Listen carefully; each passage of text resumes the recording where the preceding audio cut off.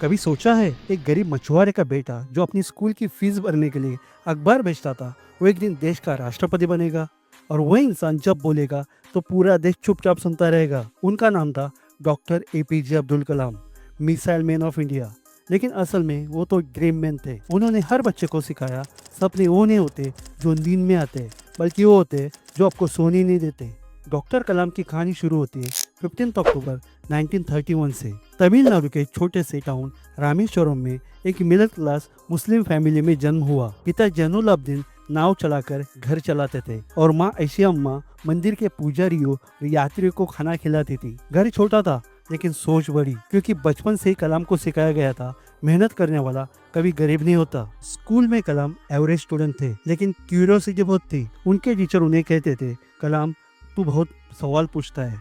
और यही आदत आगे चलकर उनके अंदर का साइंटिस्ट जगाने वाली थी।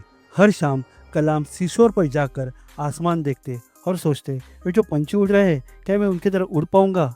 यहीं से शुरू हुआ उनका पहला सपना, आसमान छूने का। लेकिन उस वक्त घर की हालत इतनी खराब थी कि स्कूल की फीस भरना भी मुश्किल था। इसलिए कलाम ने सुबह 4 बजे उठकर अखबार बेचना शुरू किया। सुबह डिलीवरी बॉय, दिन में स्टूडेंट और रात में सपने देखने वाला बच्चा। कभी शिकायत नहीं, बस कोशिशें, यही उनका मंत्र था। स्कूल खत्म करने के बाद उन्होंने सेंट जोसेफ कॉलेज तिरुचिरापल्ली से फिजिक्स में ग्रेजुएशन की। लेकिन कलाम को सिर्फ पढ़ाई नहीं करनी थी, उन्हें कुछ बनना था। इसलिए उन्होंने मद्रास इंस्टीट्यूट ऑफ टेक्नोलॉजी से एरोनॉटिकल इंजीनियरिंग में एडमिशन लिया। यहाँ उनकी असली परीक्षा शुरू हुई, क्योंकि फीस भरने के लिए पैसे ही नहीं थे। लेकिन कॉलेज डीन ने उन्हें कहा, कलाम अगर तुम 15 दिन में प्रोजेक्ट पूरा नहीं किया तो तुम्हारी सीट चली जाएगी। उन्होंने 3 दिन 3 रात बिना सोए मॉडल बना डाला। दिन ने देखकर बोला, तुम्हें साइंटिस्ट बनना चाहिए। और कलाम मुस्कुराए, yes sir I will. Degree खत्म करने के बाद उन्होंने डीआरडीओ में ज्वाइन किया, और लेकिन जल्द ही इसरो चले गए। वहाँ उन्होंने 1969 में भारत के पहले सैटेलाइट लॉन्च व्हीकल SLV-3 पर काम शुरू किया। यह वही प्रोजेक्ट था जिसने आगे चलकर रोहिणी सैटेलाइट को अंतरिक्ष में भेजा। लेकिन दोस्तों, ये सफर आसान नहीं था।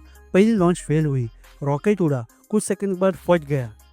पूरा देश हंसता रहा। मीडिया ने बोला, भारत फिर फेल। लेकिन कलाम ने हार नहीं मानी। उन्होंने अपनी टीम से कहा, मिस्टेक को पनिशमेंट मत समझो, उसे लेसन समझो। और 3 साल के बाद वही टीम, वही रॉकेट, वही साइंटिस्ट भारत को स्पेस में पहुंचा गए।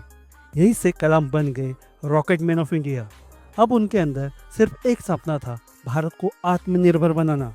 और इसके लिए उन्होंने 1983 में integrated guided missile development programme शुरू किया। यही वो प्रोग्राम था जिसने भारत को अग्नि, पृथ्वी, आकाश, नाग, त्रिशूल जैसे मिसाइल दिए। ये वो वक्त था जब दुनिया हमें सिर्फ गरीब देश कहती थी, लेकिन कलाम ने साबित किया कि भारत गरीब देश हो सकता है, लेकिन कमजोर नहीं। 1998 में उन्होंने पोखरण-2 न्यूक्लियर टेस्ट को सफल किया। इस प्रोजेक्ट के दौरान वो इतने शांत थे कि किसी को शक नहीं हुआ।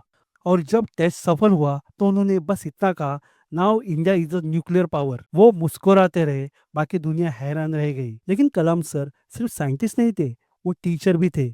उन्होंने कहा था, टीचर बनना सबसे बड़ा सम्मान है। 2002 में जब उन्हें देश का 11वां राष्ट्रपति चुना गया तो राष्ट्रपति भवन के दरवाजे हर बच्चे के लिए खुल गए। वो पहले ऐसे राष्ट्रपति थे जो बच्चों को ईमेल से बात करते थे, उन्हें मोटिवेट करते थे। कई बार छोटे बच्चे उनसे पूछते, सर आप इतने बड़े कैसे बने? वो कहते, मैं बड़ा नहीं बना, मेरे सपने बड़े थे। उनकी सिंप्लिसिटी का अंदाजा इसी बात से लगाइए, राष्ट्रपति बनने के बाद भी वो अपने स्टाफ से कहते, मुझे सर मत कहो, कलाम कहो। उनके पास न बड़ी कारों का शौक था, न घर का। उन्होंने कहा, I have no home, my home is India. 2007 में राष्ट्रपति पद छोड़ने के बाद भी कलाम ने कभी रुकना नहीं सीखा। वो देश भर कॉलेजों में घूमते रहे, बच्चों से बात करते रहे। वो कहते, dream transform into thoughts and thoughts result in action. 27 जुलाई 2015 का दिन था। शिलोंग में वो एक कॉलेज में लेक्चर दे रहे थे, लेट्स इग्नाइट यंग माइंड पर। मंच पर खड़े होकर वो कह रहे थे, इंडिया नीड्स विजनरीज। तभी वो धीरे से गिर पड़े। डॉक्टर्स ने कोशिश की, लेकिन कलाम नहीं रहे। पूरा देश रो पड़ा। किसी ने कहा साइंटिस्ट चला गया, लेकिन असल में वो देश का पिता छोड़ गया। और उनकी मौत भी उसी मंच पर हुई जहां वो अपना जीवन बिताते रहे, लोगों को सपना दिखाने में। और आज कलाम सर हमारे बीच नहीं है, लेकिन उनके शब्द आज भी गूंजते हैं। अगर तुम सूरज की तरह चमकना चाहते हो, पहले सूरज की तरह जलना सीखो। उन्होंने सिर्फ मिसाइल नहीं दी, उन्होंने हमें कॉन्फिडेंस दिया कि हम भी कुछ कर सकते हैं। किसी छोटे गांव का बच्चा भी देश बदल सकता है, अगर उसके सपने सच्चे और मेहनत सच्ची हो। आज जब आप आसमान में कोई रॉकेट उड़ता देखते हो, तो याद रखना, कहीं ना कहीं उस उड़ान में कलाम का सपना भी उड़ रहा है। तो दोस्तों, अब सवाल आपसे, क्या आपने वो सपना चुना है जो आपको सोने नहीं देता? फॉलो करो और सब्सक्राइब करो अगर वो आपको वीडियो अच्छा लगा तो। Thank you.